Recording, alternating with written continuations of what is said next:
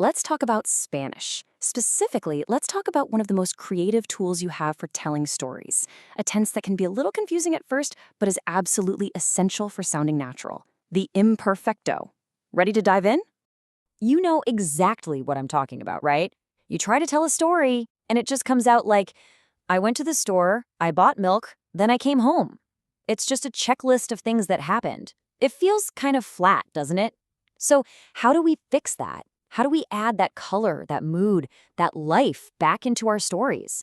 Well, that's what we're here for. And for the next few minutes, I want you to completely forget about grammar rules and conjugation charts. Instead, we're going to think like filmmakers. You're not a student anymore. You are the director of your own story. The imperfecto, it's not just a tense, it's your camera, and you're going to use it to set the scene and build the entire world your story lives in. So the very first choice any director makes is about focus. What's the main action, and what's the background, the atmosphere, that gives that action its meaning? In Spanish, that's literally the choice you make when you pick your past tense. Okay, let's really break down this camera idea. The indefinido, that's your shark focus camera. It's for capturing those specific, completed actions that push the plot forward.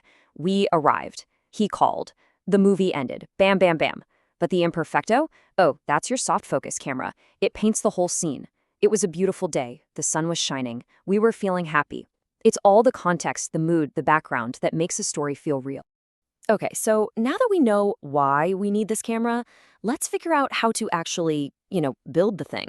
How do we form the imperfecto? Well, I've got some really good news for you. It's honestly one of the most chill tenses in all of Spanish. Here's the whole blueprint. For your regular AR verbs, you just tack on endings like aba, abas, aba. Super, super consistent. And it gets even better for ER and IR verbs. They literally share the exact same endings. Ia, ias, ia. Just watch out for that little accent on the I, and you are golden. And now, for my favorite part. Are you ready for this? How many irregular verbs, how many exceptions do you have to memorize for this entire tense? Just this many. That's it. 3. Ser, ir, and ver. These are the only 3 troublemakers in the whole group. If you can remember era, iba, and veía, you've pretty much mastered all the difficult parts of forming the imperfecto. How great is that? All right, we've got our camera and we know how it works. So let's start directing some scenes. We're going to look at the main situations where you, the director, will call on the imperfecto to do its job. First up, we've got Scene 1, Routines and Nostalgia. This is your go-to tense for anything that used to happen, things that happened over and over again in the past, like in this example. Cuando éramos pequeños, no teníamos móviles.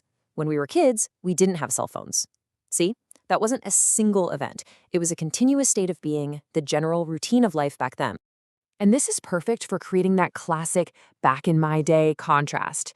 You could say something like, Antes, la gente leía el periódico.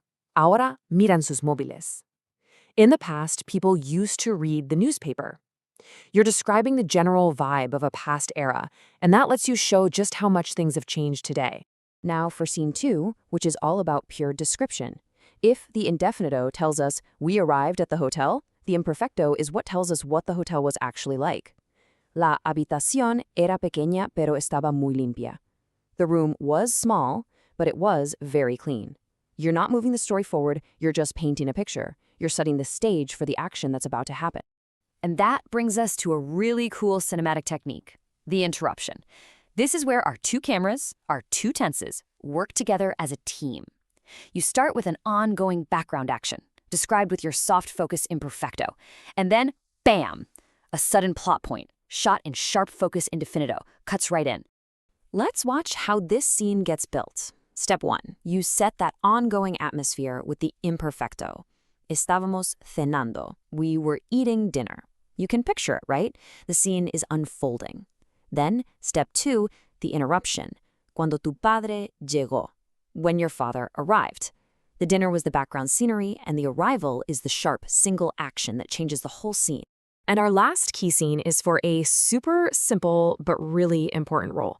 Anytime you're talking about someone's age in the past or telling what time it was, you always use the imperfecto. Cuando tenía 8 años, when I was 8 years old, eran las 10:30. It was 10:30. You're basically just describing the state of things at that moment. Okay, director, you've learned about your cameras, you've got the blueprints, you've shot the key scenes. Now it's time for the final cut. Let's pull it all together and see what we've learned. So it's your turn. Have a look at this. When I was little, we went on vacation to the beach every year. So what do you think? Are these sharp, one-and-done actions, or are we talking about background descriptions and routines? I'll give you a second to think about it. Nailed it! Of course, it's era and íbamos. But why? Well, when I was little is a description of your age, a state of being, and we went every year is a classic past routine. Both of those situations call for the soft focus camera of the imperfecto.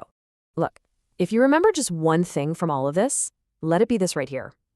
The indefinito tells you the facts, right? It tells you what happened.